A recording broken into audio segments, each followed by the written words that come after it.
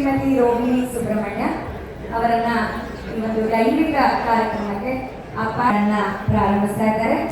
ಎಲ್ಲರೂ ನಿಶಬ್ದವಾಗಿ ಅಪ್ಪಾಜಿಯ ಹಾಡುಗಳನ್ನ ಹೇಳುವುದರ ಮೂಲಕ ನಮ್ಮ ಮನಸ್ಸನ್ನ ತಂಪು ಮಾಡ್ಕೊಳ್ಳೋಣ.